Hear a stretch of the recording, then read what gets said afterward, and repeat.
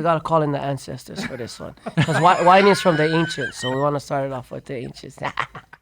Hello, everybody. Welcome to Furuya Uncorked. Joining us this week is our special guest, Makua Rothman, all the way from the North Shore. Big-time surfer, big-time entertainer, big-time good guy. Welcome, brother. Thank you, Uncle. Thank you very much for having me. It's been a long time coming for this, too. Yeah, we've hit and miss several times, but we're very honored that you're here. And so, Cully, his and my relationship started in a very funny way, and I don't think we have to tell that story, but... No, we should, because, like, I'm so happy that I'm here, and Uncle's my friend, and one of my biggest fans, and he always... so awesome to me every time I see him, but I'll tell the story. The first time, because I'll tell you how I messed up, because it wasn't messed meant up to be. So we're at a birthday, was it Lincoln or Lily's birthday? Lincoln's birthday party. My grandson. And I was there with my children, Lincoln and Nalia. They're same age, so, you know. Your son is Lincoln? No, my daughter, Nalia, is same. My son is Lincoln. My daughter and Lincoln are the same age. Okay, and you guys were next door neighbor, or like lived right down the street at that point. Yeah, we lived on the street. Yep. And me and Fred grew up our whole lives. And my dad and Fred's dad tried to make a dowry to marry me and Lehua from when I was like first grade. So we were real tight with that. So he's talking about Fred Patachia, Freddie P, who's married to our daughter and grew up with Makua. Just so you're clear. Yeah, and so we're at Fred and Melissa's son's. Lincoln's birthday party, and they're doing a water balloon fight with the kids and all this stuff, and I'm like, oh, Sean Moody, I would love to pour a 5-gallon bucket of water on his head in front of all the kids, right? Another pro surfer, Sean Moody. Yeah, so I walk upstairs, and I get this bucket full. I'm like, oh, there he is. He's perfect spot. And I fill up the whole bucket of water, right? 5-gallon bucket. And it's pretty heavy, a 5-gallon bucket. So I'm like, I start running, and I'm like, I get some momentum so I can get the bucket of water over the railing, and I don't see that Fred and Missy have a fishing line for the birds, so the birds don't land and poop on their railing. And I'm just so excited to dump this water on Sean's head that I go to dump the water, and the bucket hooks up on the fishing line, right? And just yanks the bucket out of my hand. And once that 5-gallon bucket of water is going, you're not stopping it. Right. And lo and behold, sitting right underneath as you. Fate would have it, sitting underneath me with his super awesome Aloha shirt, cigar in his hand, my hair hat all nice, and it's Uncle Chuck. And the whole entire 5-gallon bucket of water went directly on his head. Direct hit, not the kind I got splashed. It went right here, boom, like that. It was like Nickelodeon, you know, when they slimed everybody. It was like they didn't miss, right? I didn't miss. And I could not believe, like, I was so speechless. I was so ashamed. I couldn't barely even say sorry. I was like just the words would... Grandpa, first of all, you know, like one of the guests of honor at the birthday party, enjoying himself, watching the children play, just gets totally annihilated. And that was the first time you guys met? A 5-gallon bucket of water. I've seen him before. I've seen him before, but that was the first time we had to actually formally, like... Talk story. Interact. Yeah, and it was bad. I was like... No. But my side of the story is, I was like sitting there cruising. It was shady, and I was right under the...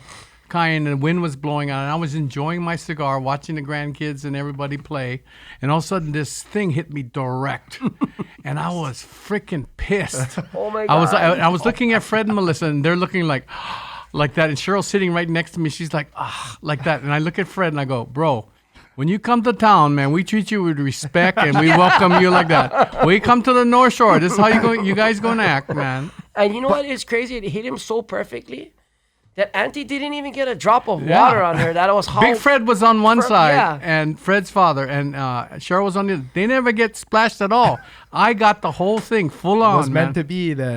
Yeah. If it happened to anybody, it was going to happen to you. But then from there, it became, he came, Uncle, sorry, he's like that, right? And Sean Moody was like, oh my God. But Sean was trying to make it worse, like, yeah, look what you did. And I was just like, oh my God. So from there... You know how I go around the parks? Yeah. It's like when I'm driving around, and if I see a tree that has nice shade, I'm going to park, pull out my chair, sit under the tree, and smoke a cigar, right? Yeah. I could be at all these different parks, and all of a sudden this big gray silver truck comes driving by, this fancy horn that he has, and then all of a sudden the window rolls down and he goes, "Uncle, how are you, man?" And I was going, how does this guy find me, man? It's like amazing. Well, it's a cleansing to our relationship. We had to cleanse it first, make sure it's pure. It was Baptism. It was a baptism. But ever since then, Uncle's always been so awesome to me. Such so much support for my career and everything that I've done. Even being a father, he always, tells me positive things, and always, such a great guy. And without the bucket of water, I don't think we'd have such an awesome relationship. And, and having the support special. of Uncle Chuck is awesome. It's really good. Cheers to And, that. and you see him. I mean, he's the guy that just caught the 100-foot wave at Jaws, Beahi on Maui, just a few months ago, right? 100-foot wave. Who else is going to do something like that, man? That was Walk us through that. That was amazing. I was in Louisiana, and at the time I was hunting. I wasn't even looking at the swells at all. And Billy called me up, Billy Kemper, another one of professional surfers. He's a world champ as well. And he called me up and was like, "Did you see the swell at Jaws? We should tow." Because at one point, all those guys were like paddle only. And that's going away from that now. no, I just would always, if the waves are big and I see a lot of waves getting missed, I mean, if the guys can't paddle them, I'm going to tow them. I mean, why waste the waves?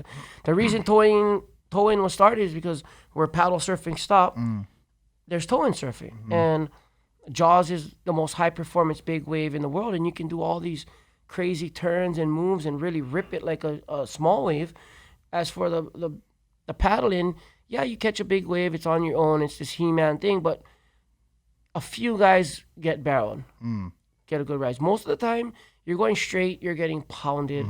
A lot of the biggest waves are really fast and nobody really makes them. So it was, unless you're at that elite level, Kai Lenny, Shane Dorian, Nathan Florence, my brother Cole. I mean, there's so many good guys. But a lot of people nowadays, Uncle, honestly, have this false sense of security with these blow-up vests and all these jet skis and stuff, because they didn't have to grow up like us and really learn from the shore break. Yeah. Become a waterman, learn how to rescue others. They they rely on this vest. They think, "Oh, I'll pull this, I'll come up, I got all this floaty stuff." Jet ski will come pick me up. They buy a jet ski, they got money, they're out there trying to get this one shot and think that big wave surfing is all about catching this one wave and getting this notoriety, where a lot of us, it's a brotherhood. It's a way of life. Yeah, well, it's each and every one of us looking out for each other as well. So we learn the steps to make sure that we can bring our friends home back to their family safely. It's not just catch this big wave and look at me, I got a photo. It's a way of life, like you said. It's what we do. It's what we've learned from when we were young. So that being said, Jaws has always been a place that was very special to me. It gave me the 66-foot wave that put me on the map, that showed that I was here to stay. I mean, I was, 18 years old. At the time, the boy who caught the biggest wave ever. And I never looked back from there. And it's been like... when I was 16, I surfed the World Cup of towing surfing. Me and my partner Ryan Ross, and we almost won that. Then I got the 66-foot wave, and then there's been so many memorable moments since then. Wow. And then now with this next biggest wave ever ridden, maybe, it's just been a very special place to me at Jaws again. Yeah. How big was that one? I'm not sure. They haven't measured All the it. media said 100 foot, but I mean, when you look at that pictures, some of the pictures that were sent to me, I mean, he's this big, and there's at least 10 of him. 10, 20 of him, 10, 15 of him. So if he's 5'10", let's say 6 foot just to round things out, 6 times 10 is 60 feet. And there was more than 10 of him, when you compare the wave. So so squatting down, in that position that we surf in, probably about 5, anywhere around the 5 foot, because we're squatting down trying to... we got to have our Get your base. balance, So I don't know how many of I don't really know exactly how they measure it. But it was big. And, it was big. And who's else going to catch a wave like that? And have the expertise to ride it like he did. What is the learning curve for something like that? Where do you begin? You begin like you as said, a young kid. Yeah, short break. There's a lot of people that, just are phenoms. They can pick stuff up later on in life and really make a stand in any sport. There's been a few people that have done that, but a lot of us have started off with mentors, Laird Hamiltons, the Dave Kalamas, all those kind of guys. It's just something you really gotta be committed to. Just like anything else in life, if you want to do something at an elite level, the time, the dedication, the persistence, the consistency. Like I heard this my whole life, and it's true. Persistence, and you have to be Dedication. But you have to be consistent in anything you do, whether it's to become the best worker, the best CEO, the best whatever it may be. You want to get to the top level, it's gonna take unwavered concentration. Takes and a lot of work. consistency. Yeah. So the other story I want to tell you, you saw that big silver gray truck outside? Mm-hmm. That's a Chevrolet what? It's a Chevy Silverado Trail Boss. So you see how big it is, right? And whatnot. So he's trading and getting a new one tomorrow. So every 6 months he gets a new truck. Yeah, well, Servco Chevrolet down there in Waipahu, they're very, very supportive of my career and what I do. They're a sponsor for you? Yes, they're a sponsor for me, and that's a new sponsor that I just got together with and plan on doing a lot of things in the future with them. Wow.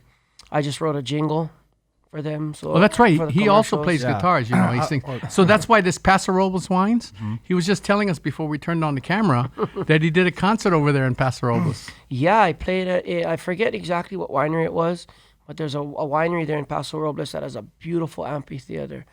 It holds a few thousand people. They give the awesome wine tour. And it's just that whole coast, the whole vibe, everybody there, the family. I agree. That kind of area Different has kind the of beauty. aloha spirit. I agree. They're really good people up there, up in the mountains there, and it's it was Hey, can I tell you something? So I was involved with a really very noteworthy wine event in Paso Robles for 3 years. Okay. The last one was 2020, January 2020, and then COVID shut it down. But before that, so it was a dream that myself and the person who runs this winery, we thought, how can we affect change? Mm-hmm. So she had asked me if I could come and do some classes for the wine tasting room and servers of restaurants in the area. So I said, can we do more? And she said, like what? So in just a short time, we put together a 3-day event. And the bottom line is we bring winemakers from everywhere just to talk story. They may not know each other, but they come to share. And that way we create camaraderie. We create synergy. Community. And collaboration, okay? So it was actually, the event itself was held in Atascadero, which is 5 or 10 minutes south. So if you remember, so the event itself, I imagine only 35 people attending for each session. Because as you know, Paso Robles, no more big venues. Yeah. So I figured 35 people, and it would be all winemakers and all top sommeliers and whatnot. Keep it small, keep it interesting. Well, it grew, so the largest one was 200 something. Oh, wow. We had no place to do it. So I was sitting there going, oh my God, what are we going to do? This is 3 months out. So the mayor and the city council of Atascadero, they let us use the city council chamber Oh, to do beautiful. our event. Nice. Is that nuts or what? And then that first year had floods where Highway 101 was completely closed down because of the mudslides. So they had emergency meetings every night. The mayor and the city council, they the kind, man. After their meeting, they set up all our tables and our chairs for the next day. Nice. They never charged us. At the end of the thing, they said there's no bill. And I was looking at them like, what do you mean there's no bill? And they go, we're just honored that you guys came and did this thing for our community. And I was like, oh my God, Shirt man. off their back, kind. Well, like I said, the people up there, they have that. I just felt it when I was there. It's so funny you told me that story because to bring a bunch of people that probably wouldn't get together, they probably wouldn't share because they're trying to compete. And there's high competition in winemaking and they don't want to share secrets. But for someone from Hawaii to go over there and bring our aloha spirit and go to a place that embodies that aloha spirit, it's pretty cool to watch the synergy and watch the people come together. It was emotional for me. And then, Makua, just to let you know, this printing company, our bill was like over $11,000 for printing, $15,000, whatever, some big money. The printing company wouldn't give us a bill. And then all the tour company, the transportation company, because we did vineyard tours and everything, they wouldn't give us a bill. No one's going to go to Atascadero and go there because they donated something. These people just jumped in. The community is like that over there, man. That's what I mean. I mean, the guys. You know what? One thing, Uncle, not to interrupt or change the subject, but your voice on on this microphone, you could be like a really big personality. You just have the voice for radio, or And the face for it's radio. kind of like you're. No, I'm serious. The way that when you talk, it's like a voice that you could hear all the time on a show or something. I thanks. really think. But that being said, which wine is it? Because I want to take a sip. We're talking about all this wine, and That one is it. it's just sitting here in front of me. This one? Yep. And what is this wine specifically? This is Yes. Ancient Peaks Cabernet Sauvignon. So this comes from the southern part of Paso Robles. It's up in the mountains at 1,000 feet elevation. It's owned by 3 ranching families, not corporation, 3 ranching families. They own and farm their own things. That's beautiful. And the reason why they created the vineyard was that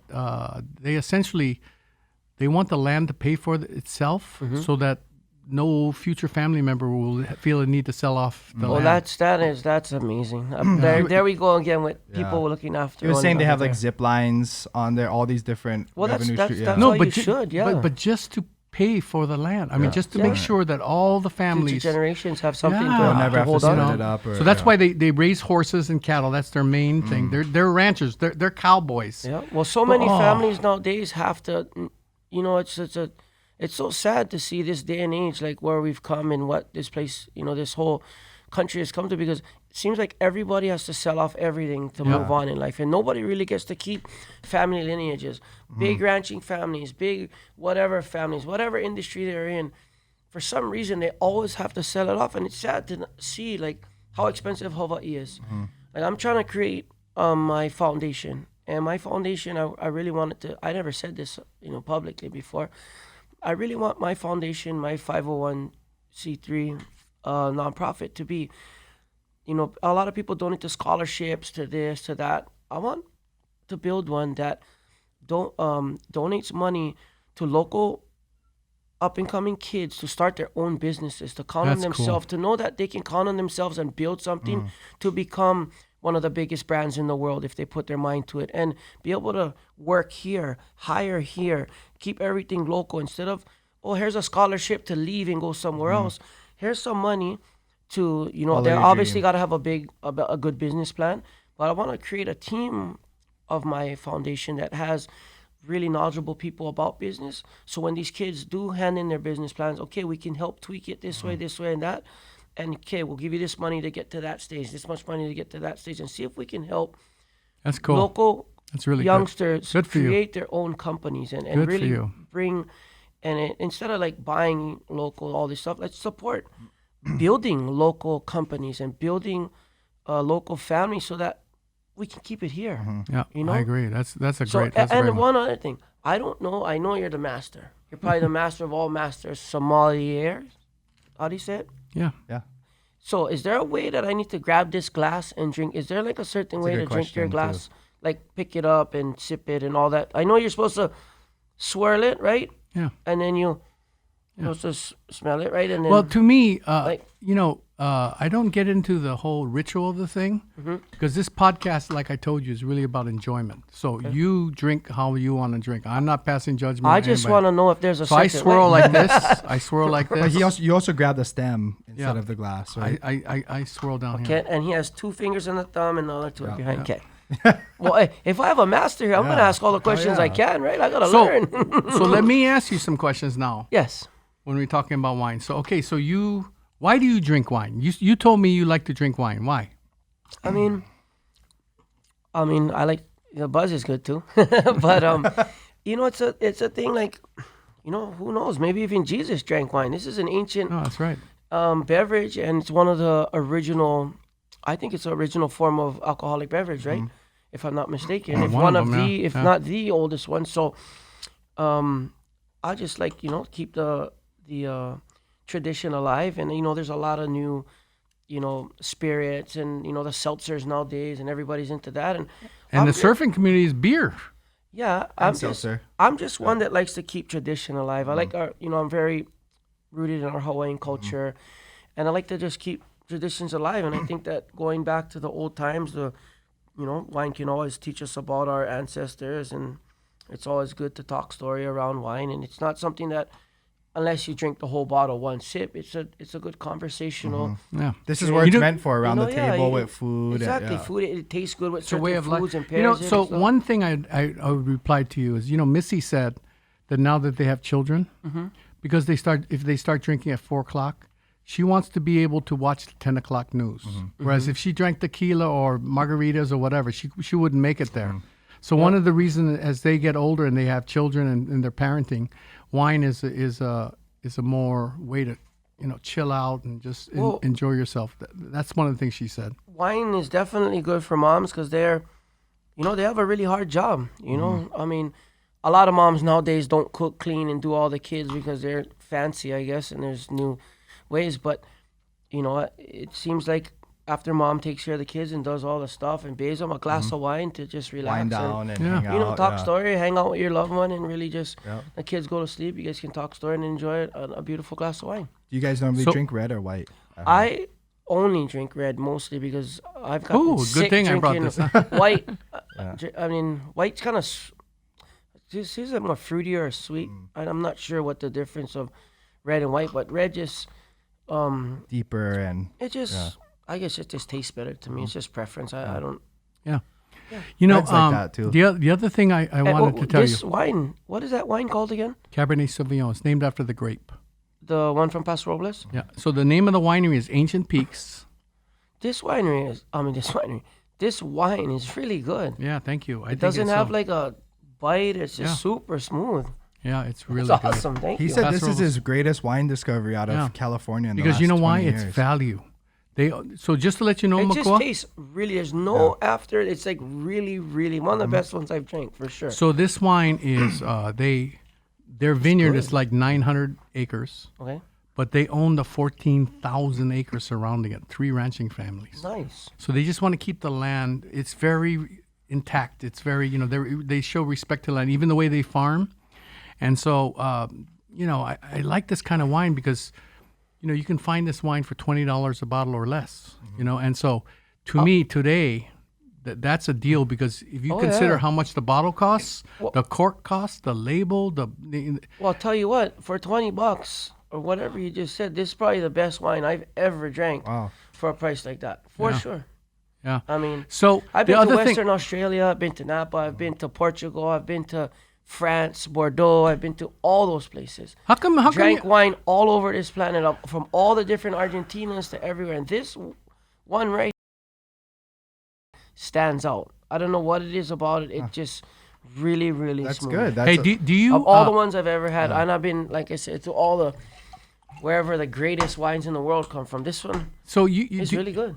You hang around with Flores too, right, Jeremy? Oh yeah, Jeremy brings us bottles of wine all the time. Brings Fred and Missy wine too. Yeah. Do you enjoy wine drinking with him? Oh yeah, I've been traveling with him for a long time. He's a competing and pro stuff. surfer, right? Yes. So me and Fred have been all over France? the world with Jeremy. Yes, from France.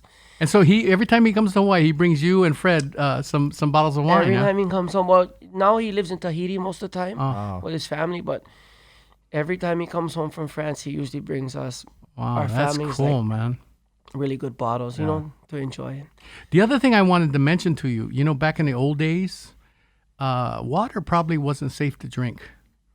And so that's why people were weaned on wine, because wine had alcohol, and therefore, Killed bacteria. Yeah, exactly. So it was safer to drink. So it became a way of life for them. It wasn't. It wasn't like trying to be the next. That's my excuse on Friday, Saturday nights now too. Yeah, the water's no good anymore. And I don't want to use plastic in water bottles, so I just get a nice glass bottle that I can recycle with my glass cup and make sure that I'm safe. So this grape variety is called Cabernet Sauvignon. So I tell many people this, depending on what you read, there's somewhere between 800 and 10,000 different grape varieties. So if you look at another Say that one more time? Between 800 and 10,000 different grape varieties. That's between 800 and 10,000. That's a wide range of numbers, like 800 to 10,000. Well, that's because it I was morphs. making sure I heard that right. I was talking 800 to 1,000. It mutates, the vine. So whether one is its own grape variety or whether it's a mutation, that's where all the controversy is. Where does your belief? there's a lot of land? controversy in thousands. Thousands? Yeah. Because Italy alone has at least 2,000 to 4,000 Yeah, grapes. I went to Vicenza. I just went to Vicenza, Italy, and went to a winery with the vice chairman of the Joint Chiefs of Staff of the Army. We went on a USO tour. We went to Bagram. We went to Afghanistan, Iraq, Qatar, Germany. So I went to Kandahar. I went to right there in what is that? What's the place where it's at? Iraq, right? Baghdad. I've been to Baghdad. I've been to a bunch of those war areas, and we went to do a USO tour. I played music for the troops. Oh, that's cool. Who sponsored you for that? Oh, the USO paid for everything. Wow. So they took me, Shane Victorino, BJ Penn, Chris Weidman, Felice Herrig. We had Craig. You know, this is a really big wine guy that I like to share wine with. His name is Craig Morgan, country musician. He's like the wine connoisseur. So long story short, we went to Italy to this some special wineries, super special winery, and they had like pizza, of all things. They're pairing pizzas with all their different varieties of wine. Absolutely. He's super And I didn't know into pizza that. and wine was. That's like why a every thing. time I usually bring pizza, but I think everybody's tired because I always bring pizza only. Well, I didn't know that pizza and wine went together. I was Yeah. like, what? They said. That's one of his favorite pairings. Actually. Well, they said that's one of the main pairings is pizza. I Yeah, was like, I what? agree. Since when do you go to a pizzeria or eat pizza and there's wine there? I never. But I guess in the correct ways, It's not pizza correct. is- It's just preference. You know, I just prefer it that way. Well, I guess in Italy they do too. But long story short is, we went there and they had this. We ordered like, because every bottle was like amazing. So every one of us, I don't know, we took maybe like, maybe 36 bottles of wine each because, but they gave us a deal. It was only like, I don't know, $6 or something crazy. And we were with the USO, so all they did was just throw it on the plane. It's not like we had to ship it anywhere. Yeah. And it showed right up at our doorstep, and it was amazing. That was my one Italian wine Wow. experience, and it was really. I guess we had one of the top guys in the whole country in the armed forces, so they pulled all the stops, and it was like, You're Really treated like amazing. royalty. well, he was, and we're just part of his like coattail. Okay, so this is from Paso Robles. Mm-hmm. The one on the right, the other glass, Yes. is from Argentina. Same grape, grown in a different country. And let's see. So this is grown up in Swish, swish, swish. the foothills of the. I'm drawing a blank now. What's the?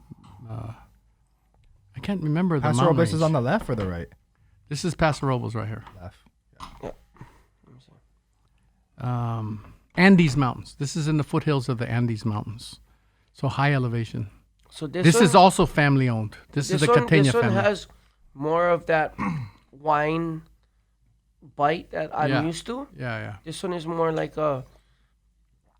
This one's really good too. That is really good. Yeah. Yeah.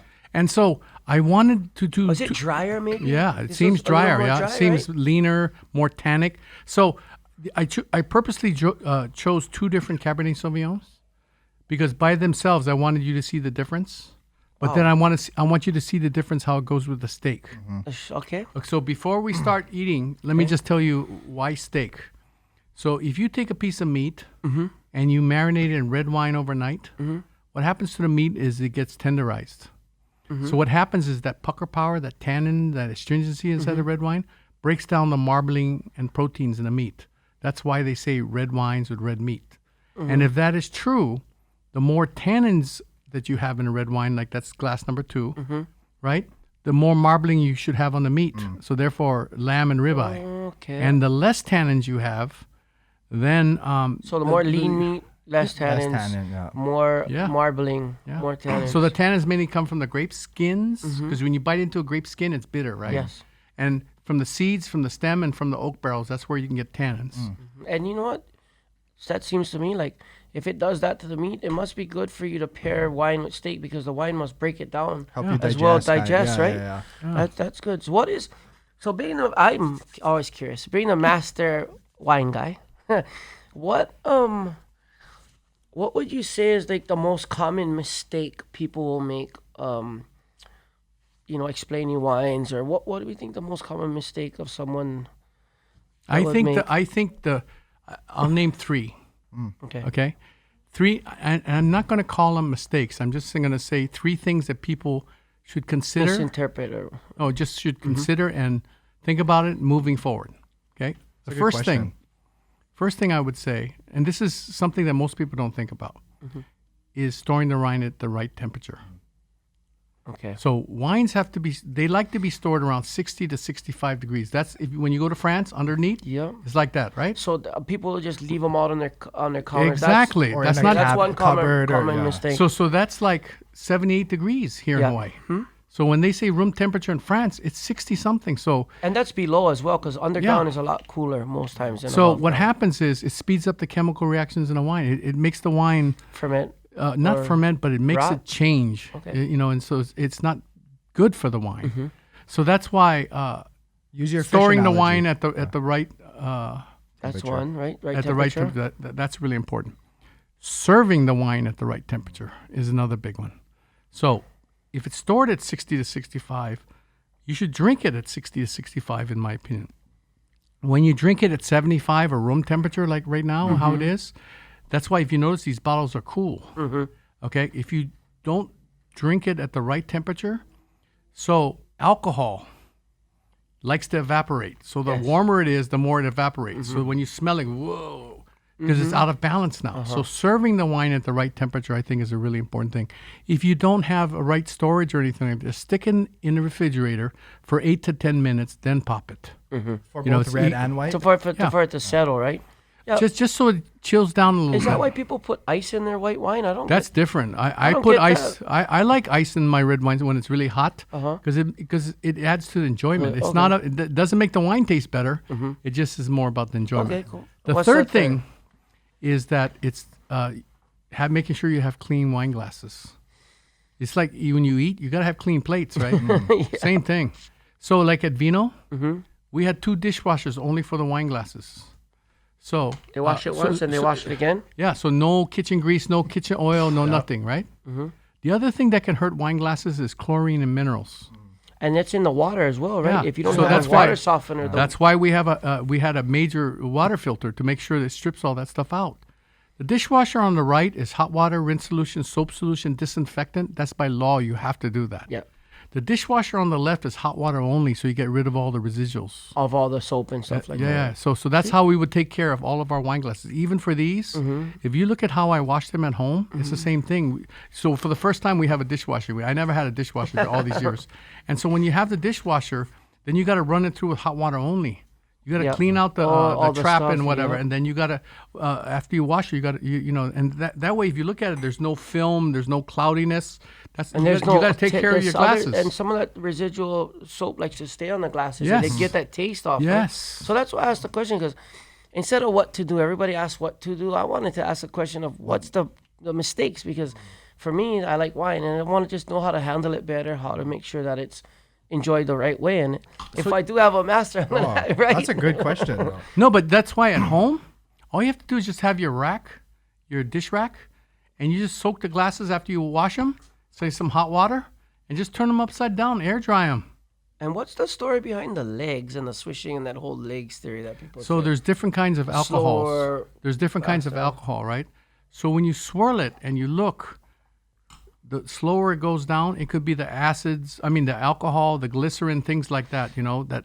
So normally either riper grapes or comes from a warmer climate that has Oh, more wow. sun, Because I heard all kinds of So if you- theories, but I want to make sure that we get the I- right theory. The right. I this don't is know. this is that. Maku, I don't know how important that is, though, in terms of because enjoying a wine. lot of people like that obviously are not as educated as It you doesn't are matter, but about it. No, but what I'm saying is they tell this or that. Oh, that's the legs, this or that, and this is how important it is. Like coming from you, that's not that important. It's a good thing I just to know. think, for this podcast, for the average viewer, yeah. I want to focus on enjoying wine, not all the, well, this happens or that well, happens. The average person at home probably gets the same story as us. Like, oh, their friend tells them how much they know about wine, and it's probably not the truth. Happens all the time. You know what I mean? To When get the you're truth asking from you questions guys, that right? people probably want to hear. Yeah, Yeah, absolutely. I think it's important. That's what I was trying to get to. Like, it's cool to, you know what I mean, be here, and if I could help someone out there listening, and that's why people are really interested in different podcasts, is because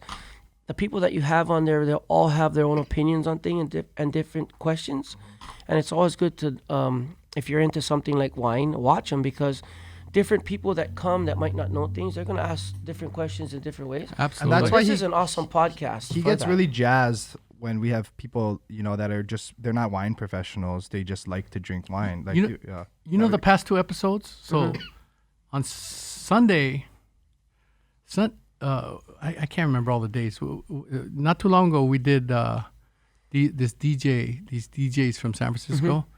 So I expect DJs to be kind of a different way. This guy was so down to earth, so good fun, and they were asking, like you, some really interesting questions that I think the viewer is going to dig. Yeah. And then the filming before that was Kimo and Bubba.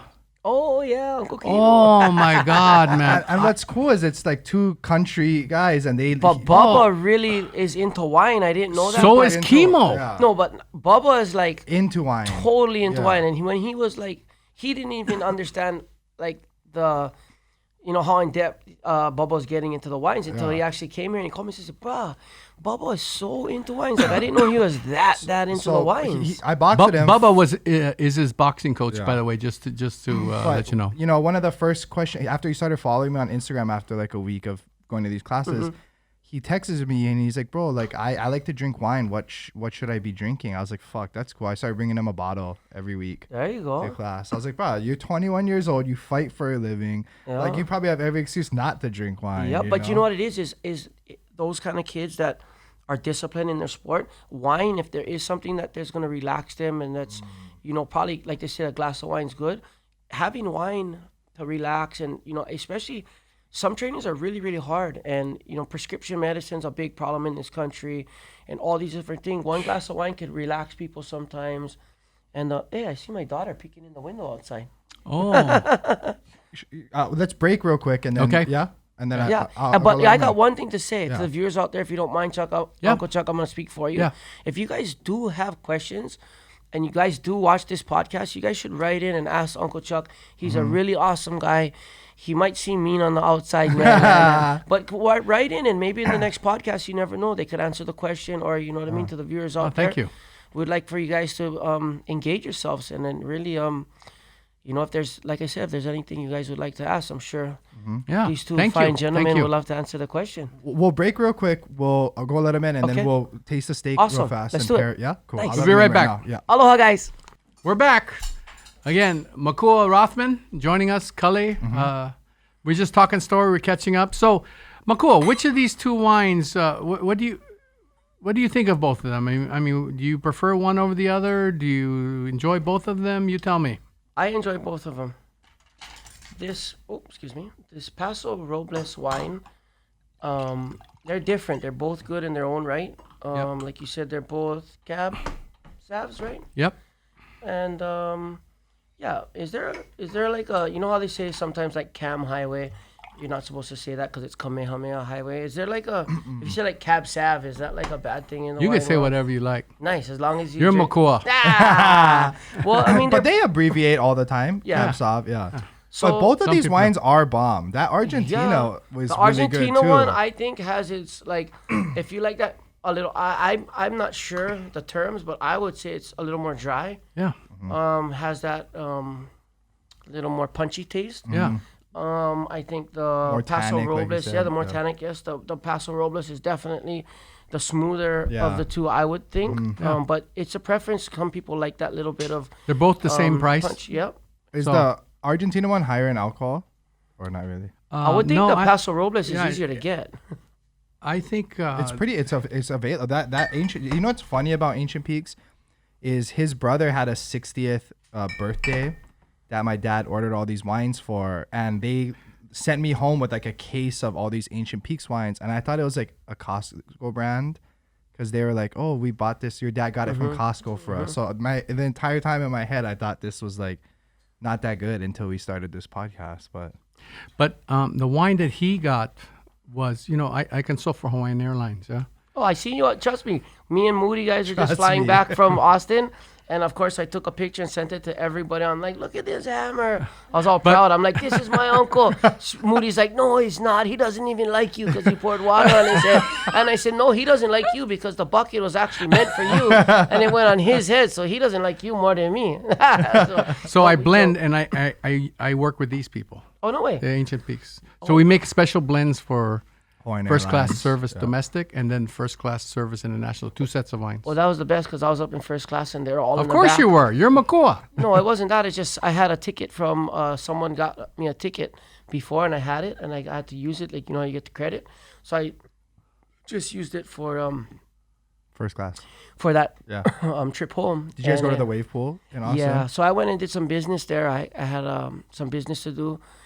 And it just happened to be that we met up same time. And then we got delayed. So we had to stay a whole extra night. And You and Sean. me, Sean, Bobby Watanabe, Jameer, Zen Yoshifuku, Zen. Wow. Scotty. Who else? Well, why there? was Zen there? Zen was surfing? Zen surfs. He was a surfer I didn't once know upon a that. time. Yeah, Zen used to Wow. compete and everything. Wow. Back when Big Fred had Hawaiian Surf, Yeah. Pier 23. Yeah, Zen was down Oh, with man. the, I love Zen. I think he's such a good guy, man. oh, yeah. He's like, Hey, you know what? I got to he's tell you another what, one of those like Leilanis, like Yeah. super cool. Yeah, guy. You grew up with Zen too? Oh, he's from Pupukia. I didn't know that Zen was from North Shore. That Yeah, makes sense. Hey, North so Shore I want- boy. hey- He wasn't look like he's more like LA street style, Yeah.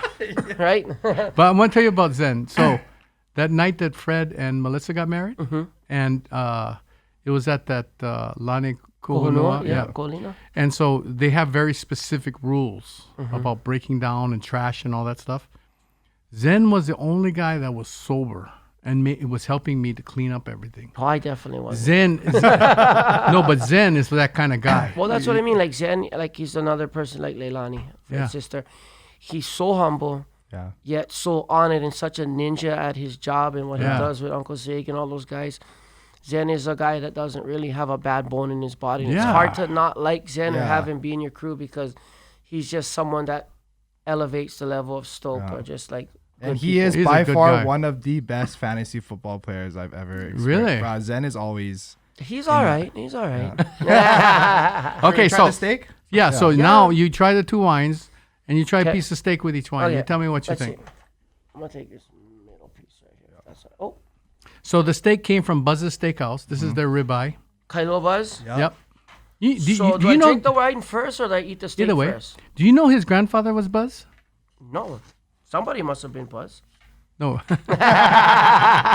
Kelly's grandfather was Buzz. His mother is the oldest daughter. Yeah. His Yeah. grandfather? No way. Somebody was just sitting at the bar. So my grandfather had a bar back in the day called Pirate Bully Hayes.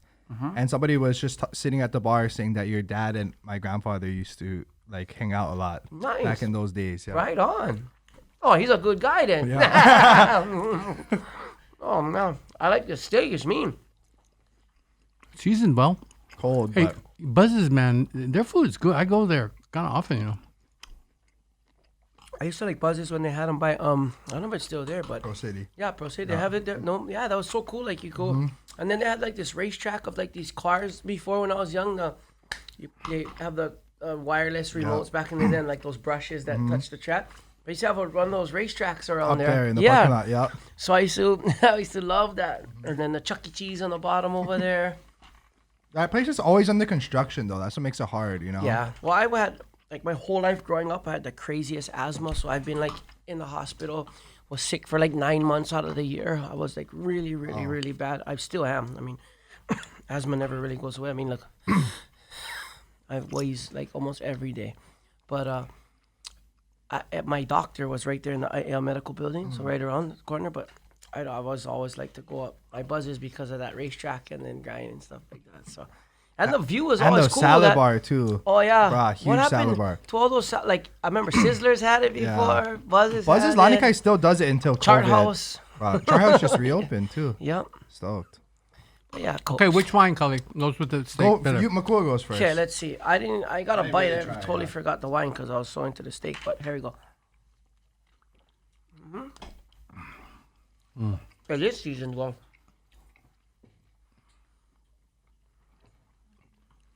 Okay, so I'm gonna go Paso Robles second. Argentina first.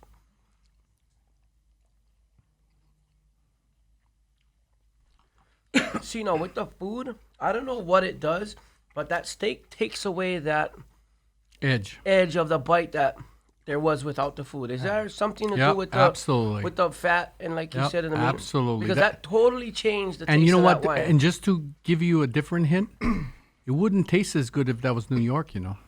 Because it's not as much Less fat. fatty. Yeah. Yeah. Well, I'll Wait. tell you what, not knowing very much and having these two wines, that's good. You gave it to me earlier, so I could tell the difference. Whatever you said earlier is 100% true yeah. about breaking down the steak. Because once I ate Isn't that that steak amazing, and drank though? the wine, it tastes just like this one did before the steak. So just a little bit of knowledge can really help you in enjoying. Oh, thank you for telling me that, because I would have never known about the changing of the flavor and how it breaks down and all that stuff. So now I'm gonna have another piece of this. This is a tough choice right Ow. now. Table just Not cut. for me. Not for you. The table cut you. Oh, yeah. Oh. Okay. Excuse me. Trying to eat the steak so fast because I want to taste the wine. Almost choked. Remember to chew your food, ladies and gentlemen. Wait. There we go. Ancient Peaks is first. No, I went with the. He went with the I went with Catena Argentina first. So here we go. Now here's the But Ancient Peaks. what's on the left glass? This glass right here is Ancient Peaks for me. Okay.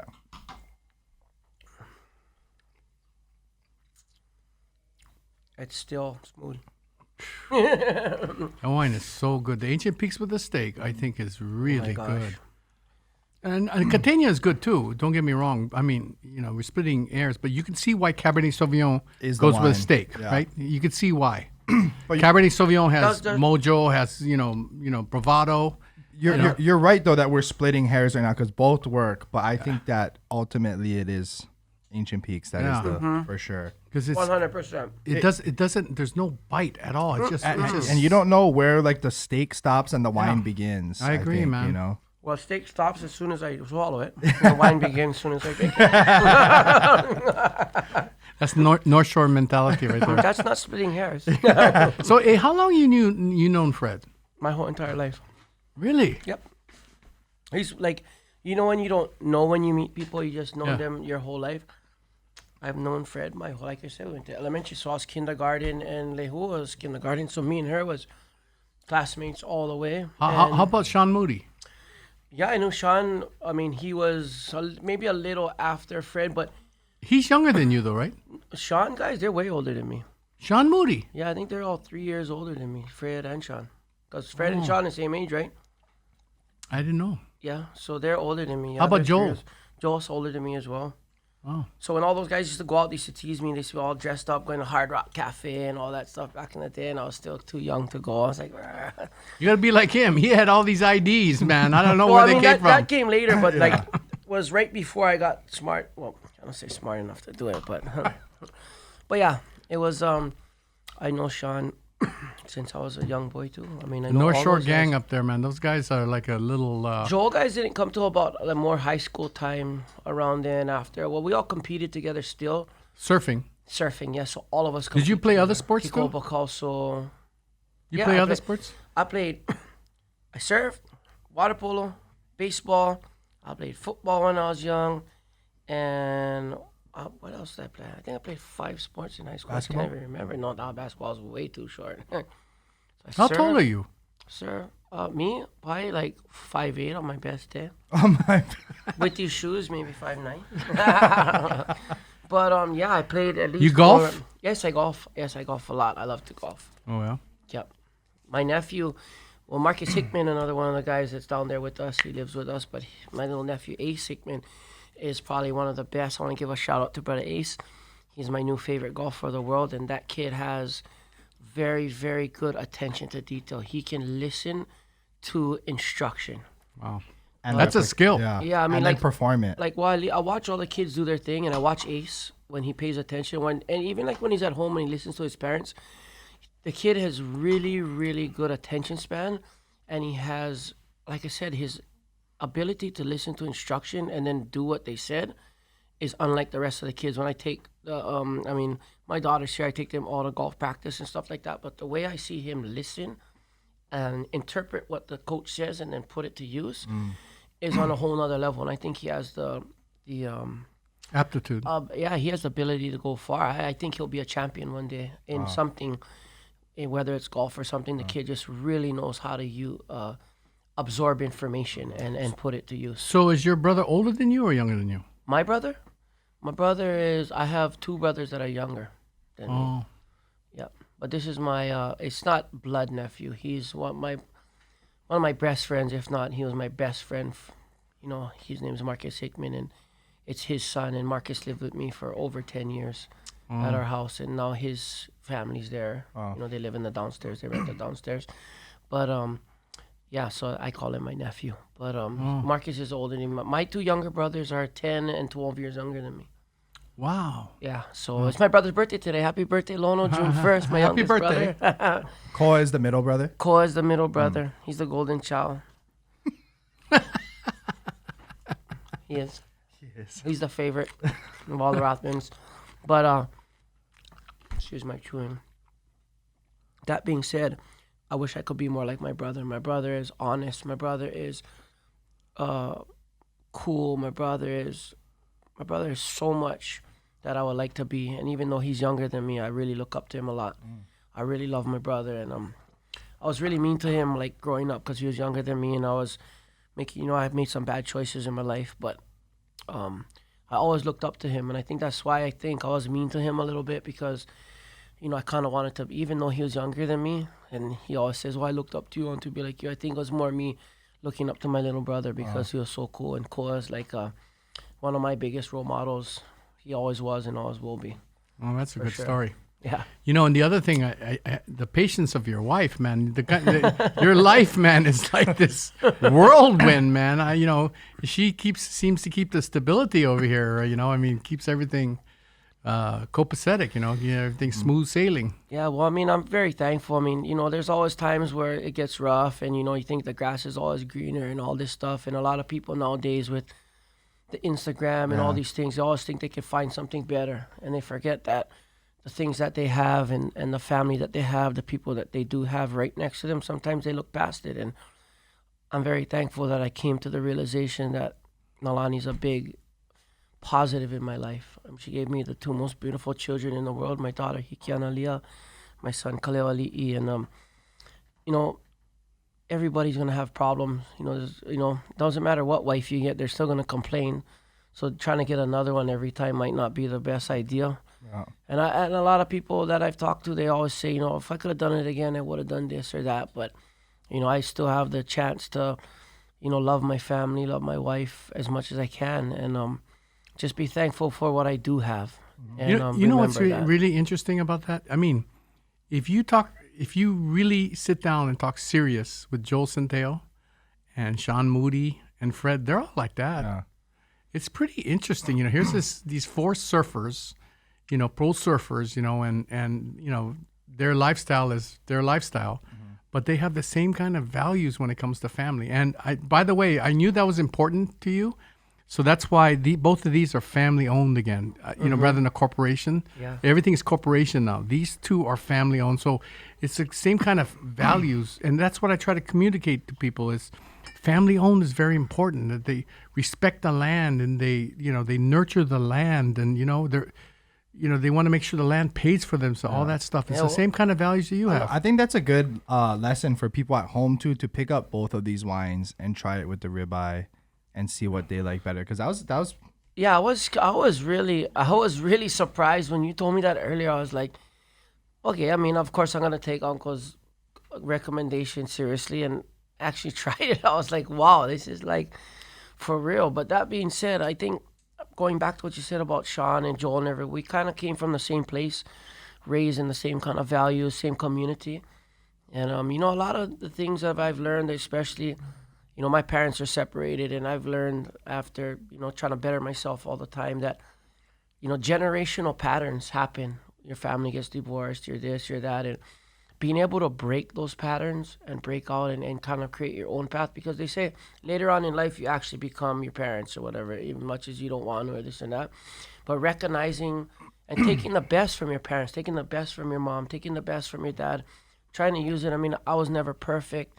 Nobody is. We all make mistakes, especially out there, people that, you know, might be watching. You know, don't be afraid to fail. Don't be afraid to make mistakes. People all make mistakes. But if we can, recognize those mistakes and try and change them for the better, and whatever family things that aren't good, that are generational patterns, if you can recognize those things and try and be the one that breaks that, you could change the legacy of your family a lot. And it's just, I think it's important, something that I learned to Makua, let me just say this. So we talked about the purpose of this podcast, etc. I would talk to Kale once every 2 months maybe before this podcast. Now I talk to him every day. So this podcast really started genesis between Kale and I. And then to that, because of our search to try to talk story for younger people, their age group. That's why Courtney does all the marketing and the social media, the picture taking, the story building, all that stuff. That's all her. And then Ariana's this young sommelier she's fierce. She's going to change the game in our profession. And it's just the four of us. We do everything together, and it's so their extended family. I mean, we hang out, we everything. It's the same thing. So, but it started with Cully and I, to work on a project that you have common interest with your son. I think is really cool. Well, and then to add on, find people like Courtney and Ariana. This thing is more than just a podcast talking about wine. It has a lot of meaning to all of us. Well, that's special, Uncle, because nowadays, in this day and age, like I said, with the Instagrams and with everything, everybody's so separated. Everybody's so distant. And, they say, check in on your friend, call and see if your friend is okay. And what about, hanging out with your father or your mother? Some people, they grow apart, whatever it may be. But at the end of the day, when they're gone, you're going to be sad. You're going to wish that you had the time together. And I think that and you heard the stories, folks, and yeah. Well, I think you two folks showing that and putting that out into the universe, brings me here to be able to speak on that as well. I like to always spend time with my father. I like to, I just spent my grandfather's ashes, and I make it a point to even tell people online to enjoy your grandparents. A lot of people out there wish they had grandparents. Life's too short to have animosity. Like, that's your parents, that's your grandparents. Why not just give that one extra chance? It's going to make you feel better as a person when you let go of something, whether the other person lets it go or not, whatever. I know people have differences with their moms or dads out there right now, but you letting go and you reaching out and you being the one as the younger generation to reach out to the older ones, it could change the whole dynamic, and you could have a real beautiful relationship with someone that brought you into this world and maybe made the wrong choices, or the father wasn't there, the mother wasn't there. But why not just move past that and say, we're here today, we're here now, and just show some love. And that could help make this world a better place, and like I said, whether they receive it or not, it's going to make you feel a lot better inside knowing that you stuck tried. out the hand. You tried to make it better, and you can walk out with your head high and feel like all that pressure and all that pilikia that was on you is off now, because you actually reached out, and now it's up to them to respond. And I like, everybody likes to say, I tried my best, or I tried this. My theory, and this is what I tell all the young kids, don't try. Trying's not good enough. You have to do. Because trying is most times halfway. You're actually doing actually doing it is a whole nother thing. I'm not saying, instead of saying I tried, say I did it. You know what I mean? And that, to me, has been working a lot. And, I just like to try and spread aloha no matter what I do. And it's so awesome to see a father and son. Cheers. It's awesome to see a father and son working together and having a great relationship. Cheers. Thank you for being part of it. That. So, you all, I hope you enjoyed this particular podcast, this episode featuring our special guest, Makua Rothman from the North Shore. His family. Thank you guys for being here. Much mahalo. Thank you, Kali, thank you. Yeah. Courtney, thank you. Right on, we miss you, Ariana. Yeah. Ari, where you at? I know. I think she's scared of you this way. Thank you so much, Uncle. Thank you. Thank you for being so supportive of me as well. Because every time I talk to you, you're always so supportive of what I do and all that stuff. So, Makua Rothman, the man from the North Shore. All right. Aloha. Thanks, you guys. See you next week. Aloha.